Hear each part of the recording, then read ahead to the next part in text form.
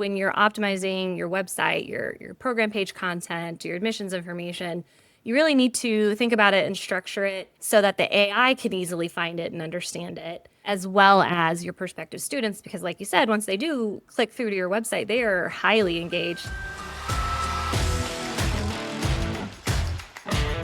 Remember when optimizing for Google search was all about keywords? Yeah, those days are over. With AI, now we're rewriting how students search, discover, and engage. It's truly a whole new playbook. Between Google's recent changes and the rise of AI-driven search tools, the game is shifting really fast. Here to help us unpack what's changing and what to do about it is Sarah Russell, Vice President of Marketing at Education Dynamics. She recently attended Google Marketing Live and is ready to share what these changes mean for your enrollment marketing strategy and how to stay ahead of the curve. Welcome, Sarah. Hi, thanks for having me. I'm super excited about this conversation. I don't think I could name a more relevant topic for higher ed marketers than this one right here, right now. Yes, it's definitely on everyone's minds. Hopefully, I can provide a little bit of guidance and clarity for your listeners. I'm positive you will be able to. We're all really hungry for it. So let's start with Google, which we know has made some very serious changes and is making really serious changes. From your perspective, how is search marketing different today than just a few months ago? What do we need to understand about what has changed? Yes, that is a great place to start because the change has come at us incredibly fast. And for years, we've seen incremental evolution. So we're not strangers to change in this space. But what's happened over the last few months is fundamentally kind of redesigning how search works, how users interact with it, and how marketers can optimize for it. So for decades, our primary focus within search marketing has been securing a spot in that list of links. And success was really about ranking as highly as possible on as many keywords as possible because the click-through rates in those top positions is what drove your website traffic. You probably lived and died by your top 20 keywords in terms of traffic. But today, the search results page is a very, very dynamic and conversational experience. And it's unique to every individual, so it's highly personalized. And with Google's AI overviews now providing these really direct and synthesized answers right at the top of the page, we've shifted from optimizing for this list of links to really optimizing for an interactive answer engine. And all of that means that zero-click search, where the user gets the answer directly in the search engine results page, they never really even leave Google or click through to your website, that's our new reality. And we have to completely rethink what website visibility and discoverability even means in that context. How do we effectively value and maximize the role your website plays in the student journey? Because it is still so important, but how you get it in front of prospective students is fundamentally different. Yeah, on one hand, I often think that the website has never been more important because the students who actually make it are almost self-selecting, right? Like they might even have higher yields if they make it through the whole funnel. They're more likely to apply, they're more likely to engage because they really like you if they actually make it to the website, right? And they get beyond this sort of zero-click era. And so we have to be ready to be able to engage them, collect their information, be able to market to them maybe differently than before because the students who are making it to the website are fundamentally different in this era. But what are some of the other things that we really need to take away and understand about our work in enrollment when it comes to this idea of search generative experience? Yes, I think the most critical mindset shift for enrollment marketers is realizing that you are not just marketing to people. You also have to understand how to market to the We're AI. marketing to artificial intelligence Absolutely. now. We absolutely are. And especially with the conversation around agentic AI and how do you build your website, build your content to speak to AI agents. It's not the most warm and fuzzy feeling, but that does have to be part of your strategy while not losing sight of the fact that you still do need to resonate with your prospective student as well. So really thinking about AI as the intermediary in how students are going to experience your brand. And that means when you're optimizing your website, your program page content, your admissions information, you really need to think about it and structure it so that the AI can easily find it and understand it, as well as your prospective students, because like you said, once they do click through to your website, they are highly engaged. They've got a very specific intent. So hiding that information in a PDF that's 7 pages deep is not going to help either the student or the AI. This is really great because one thing we really need is another stakeholder to worry about in higher ed marketing, I think. We don't absolutely. have enough audiences. We were missing that for sure. Yeah, that's something we definitely needed on our plate. So this is perfect. And taking it from the student perspective, how has all of this already changed what their search experience is when they're looking at colleges? I think one of the clearest changes I've seen is their search query behavior. So searches are getting longer, they're getting more conversational, and students are really posing them as multi-point questions more and more frequently. So it's a really interesting shift where maybe a few years ago, we would have seen students searching for shorter head terms like best online MBA. Yeah. Now, we're really seeing them start to shift towards asking questions like, what are the best online MBA programs for working parents with a flexible schedule? They're kind of treating that search bar like they're talking to a person, and they're adding these qualifiers in a single search or a single conversation. So that's a really interesting piece and a challenge for search marketers, whether you're trying to keep up with that trend with your keywords that you're bidding on in paid search, whether you're trying to develop all of your content strategies for organic, like that does make it a lot more complex. But I think we are seeing then a corresponding shift in traffic patterns as well. These informational keywords where we're seeing a lot of these AI overviews or the search generative experience, that traffic has become a lot more volatile because the students are getting what they need in that AI overview. We're seeing that increase in zero-click searches. So the way that we previously assigned value to that stage, it was measuring clicks and traffic, but that's not really valid anymore. But we still have to understand and value the role that played. Just because the student didn't click through to your website in those scenarios, it doesn't mean that the AIO wasn't impactful to them. And the AIO is powered by your content. So it's really understanding how that student journey is becoming less direct, and then how does your measurement need to evolve to connect those dots. When you say powered by our content, tell me more about that. How can we influence the answers that students are getting, through the Google overview or in ChatGPT or whatever it might be that they're using to search for and compare colleges and do all those sorts of things? Yes, that is a great question. And I really think that it's important first to think about this kind of visibility, whether it's in an AI overview, whether it's in ChatGPT or another LLM, really thinking about it as the new top of funnel visibility. And then how do you think about that across different content sources? So the AI overview, any of these LLM answers are synthesizing information across a lot of different sources.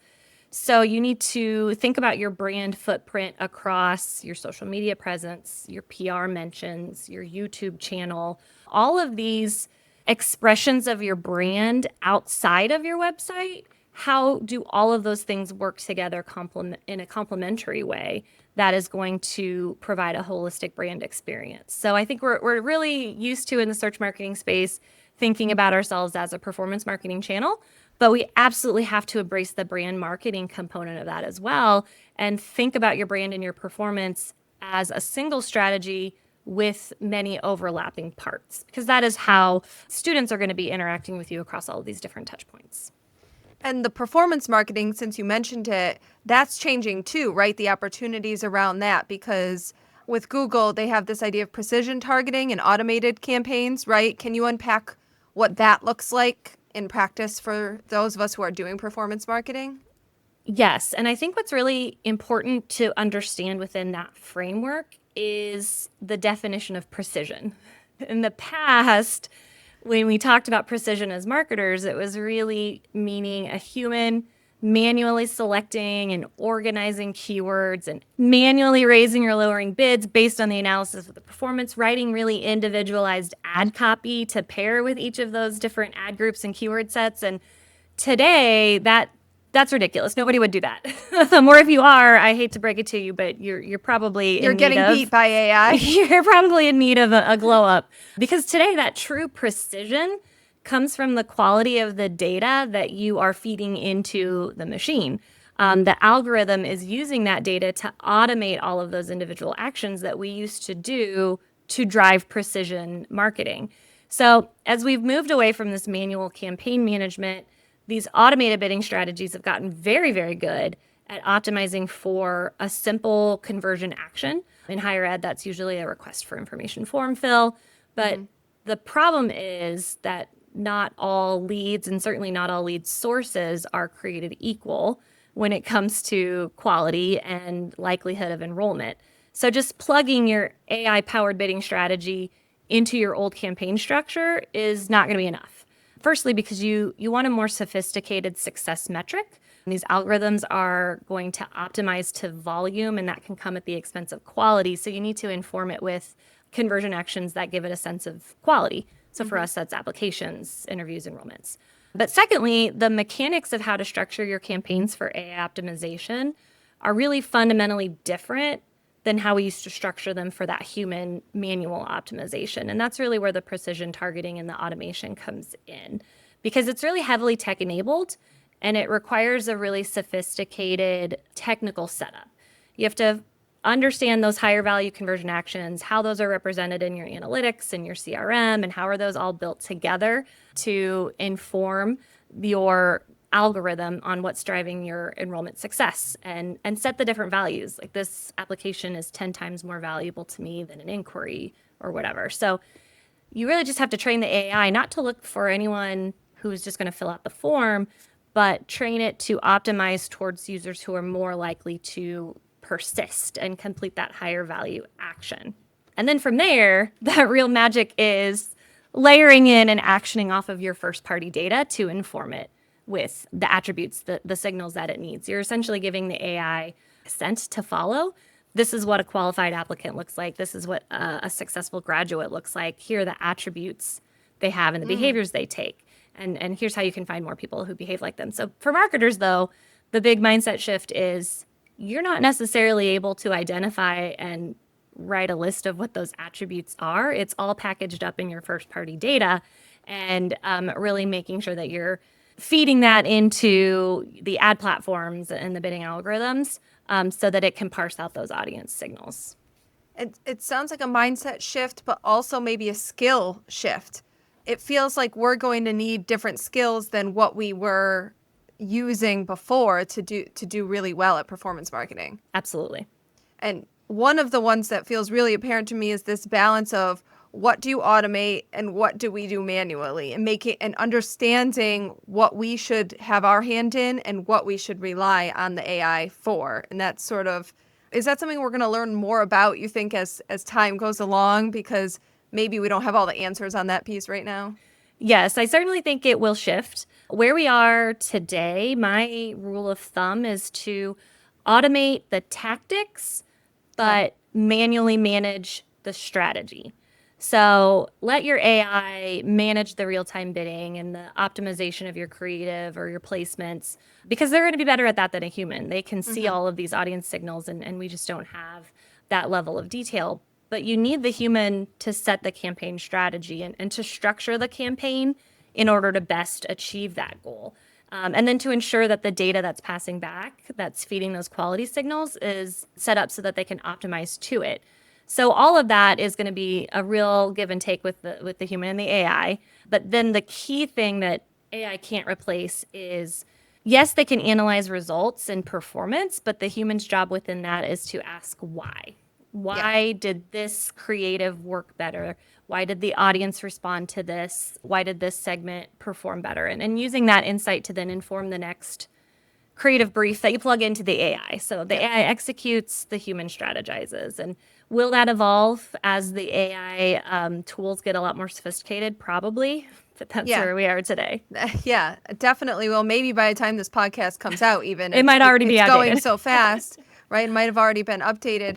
But I do think AI is never going to fully understand your students and never going to fully understand your institution. And that connection point layered onto any kind of analysis of what is working and why it's working, or what's not working and why it's not. And that part is always going to be really valuable. And I keep saying, it's funny, we always talk about soft skills, like communication and critical thinking and that sort of thing. And I think we really got to stop calling them soft skills because they're going to be like the most important skills moving forward, because the critical thinking, what you were just describing, will be so key. But then also being able to communicate that to others and communicate with the AI. This whole Yes. concept of prompting, that is, if you're an effective communicator, you have an advantage there from what I can tell. So it's interesting times what we'll be working on. Yes, absolutely.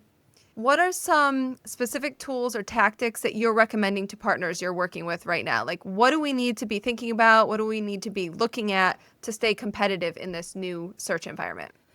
Well, I definitely think that all of the foundational tactics of your search marketing still apply. Don't throw them out. Nothing that we have been doing for the last several years necessarily is wrong, but make sure that you're thinking about evolving it. So, for example, you really need to make sure your technical SEO is strong so that your website can be discoverable in AI powered search. And then from there, it's like the plus one. From there, how do you invest in robust content development that is going to speak to these AI driven changes we're seeing with search queries? They're longer, they're more conversational, they hit on multiple points. And then how do you always need to make sure your user experience is clean and removes unnecessary hurdles or friction. But how are you also ensuring that your data tracking on your website is able to see all that behavior, because that's what feeds the algorithm to optimize. So really just making sure you're not moving away from those foundational elements that have always been important in this space. And then from there, the next layer of it is thinking about how to shift your search marketing strategy from this historic focus on individual keyword rankings and moving it to that mindset shift of your holistic brand experience within search. How do you amplify your brand within an AI powered search when it's synthesizing content from multiple platforms? So this can mean that you need to have a really specific strategy around repurposing content across platforms, aligning your social content and your website content, being able to repurpose written content into video, for example, and just thinking about your presence in all of these different platforms that can power search. So that's going to be a lot of YouTube and social media profiles and news outlets and third-party blog sites like Medium and that sort of thing. So all of that is kind of how you take it to the next level with AI-powered search, but you can't do that until your foundational elements are in order. And then on the paid side, I do think, even though it is scary, it's important to lean into the pillars that are driving this AI first marketing. So embracing a broad match keyword strategy. That broad match used to be a bad word in the paid media space, Yeah, it felt especially for higher wasteful, ed. right? Felt Yeah, wasteful. it's like, oh, I'm getting all of this traffic. None of it's relevant.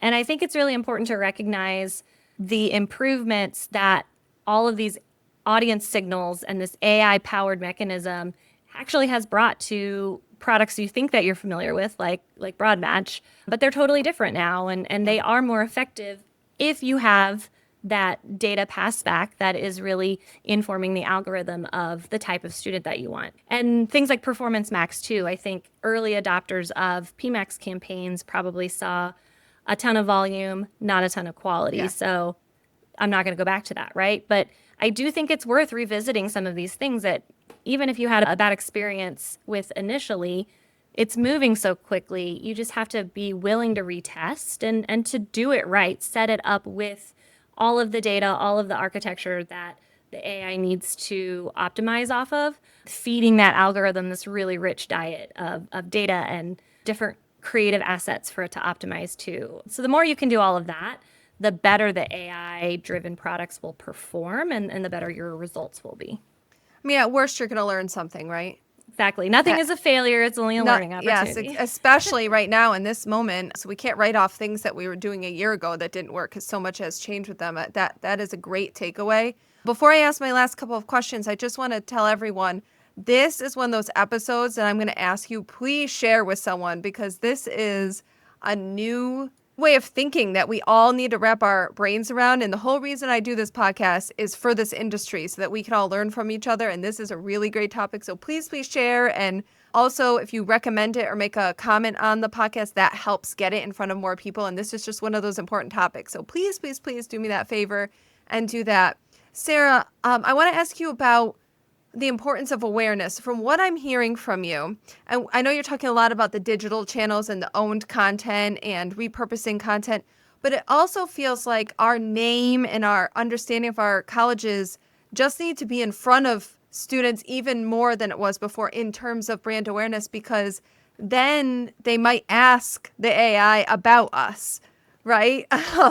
So, because if we don't serve up that opportunity, that could be a really big disadvantage. But it feels like we have to shift, and brand awareness needs our attention and needs our focus at this time. It absolutely does. And even outside of all the shifts that we're seeing with AI, we have also been seeing a steady increase in prospective students beginning their search journey with brand. So 10 years ago, a majority of prospective students, when they got to the point of search, were searching for program specific or more general education terms. And so at that point in time, a performance marketing channel like paid search or organic search could really be used as that first touch point Yes. for a student to discover your brand. That is shifting to be completely on its head. It's absolutely the opposite now. Now we see 2/3 almost of students start their search journey with brands specifically. So if you haven't gotten into the consideration set at that point, it's probably too late to really make an impact on their decision mindset. So it's so crucial that you have those touch points prior to the point of search, because we're quickly getting to the point where search can't operate as that initial brand touch point for you anymore, or at least not do it effectively. The last thing I want to touch on, and you talked about it a bit, but I just think it's so important because we have lived in this life of clicks, meaning so much. So I just want to really have clarity on what are the new performance metrics that enrollment marketers should be tracking that maybe we haven't been in the past. You know, we've let clicks really drive what is important and also inform us. We even look at click-through rates of what message works best, right? And what ads perform best. What do we really need to be honing in on now? Yes, they definitely need to evolve these metrics to like you said, meet this moment. And keyword rankings, organic traffic, that's still going to be important, but it's not going to tell the whole story anymore. And specifically on the organic search side, how prospective student behavior is shifting, you really need to have a more holistic approach to how you're looking at this engagement within the search engine results page. So a really important new metric that we're tracking is something we're calling AI density. Simply put, AI density really just measures how often your institution's content, typically your website content, but that can also be across other sources as well. How often is that cited as a source within Google's AI overviews or within the LLMs for your most important topics and keywords and searches? So it's really a direct measure then of how much authority and trustworthiness your institution has in the eyes of AI on these particular topics. And it tells you, is your content strategy working in optimization for AI-driven search, or do you have more work to do to convince the AI models that you are a reliable source of truth for these individual searches? And so AI density is one piece of that, but a larger, more holistic metric that also encompasses AI density is this concept of search share of voice. So again, not just your organic website listing, but your total ownership of the search results page when somebody is searching for either your brand name or more relevant keywords that might not include your brand, but where are you showing up? Is it your paid ads, your local listings, your social media profiles that rank, other third-party websites like Medium or Reddit that are going to surface your content? And then most importantly, that AIO presence. But all of these different sources combined really will make up when a user searches, whether that's in traditional search or Google's AI mode that they've launched recently, what amount of available real estate does your brand own, and how is that content being kind of sourced and surfaced in these more conversational search results. So these kinds of metrics, that's the new leading indicators for visibility and influence. And it's going to tell us if we're winning attention at the very top of the funnel. But as performance marketers, we still need to tie that into the impact that it's having on your inquiries, your Actual enrollments. enrollment. Exactly. So that total attribution model becomes even more important. And that's something that there's no silver bullet. There's no one key to just, oh, I have to use this tool and then attribution is fixed. It's certainly more complex and nuanced than that. So ensuring that you have a measurement strategy that is multi-point and has a lot of different elements that can inform this holistic picture of your student journey. How can people understand their AI density and the share that you were talking about? Where do they go to find those numbers and find that information? Yes, you absolutely need to be investing or partnering with somebody who invests in a tool like a SEMrush, Conductor, any of those kind of SEO specific tools. Ahrefs, they have evolved quite a bit in the last couple of years to incorporate a lot of the AI overview. People also ask all of those richer search features that you can then pull that data and make sure you contextualize it. Like, okay, maybe I'm appearing in 100 AI overviews over the course of the last month. Is that number great because I could have been appearing or I was eligible to rank for 1,000, or was I eligible to rank for 1,000,000 and I'm just not hitting the mark in terms of that relevance? So that's the other piece too, is it's not just a number, it's contextualizing that number within kind of the overall landscape and understanding what does this tell me about how effective I'm being within this space or not. And over time. So if you're not tracking it and you start now, then you'll be able to see, Yes. next year at this time what that looks like. I think that's another great example though of you might not have felt like you needed those tools before, but it's worth another look now. Yes, absolutely. And as we kind of mentioned earlier, your website is probably more important now than it ever has been. But how you get it to work for you looks fundamentally different. I would say it's probably a lot more challenging.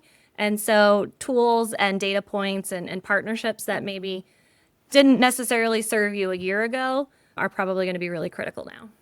Yeah, I predict with websites we're going to get less traffic, but the potential for more engagement.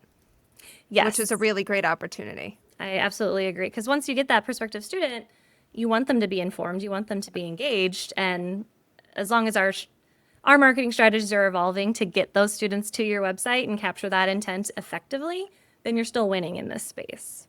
Sarah, thank you so much. This has been such a smart and helpful conversation. Thank you so much for having me. And to all of our listeners, if this episode got your gears turning, consider subscribing or sharing it with a colleague. We will catch you next time on The Application.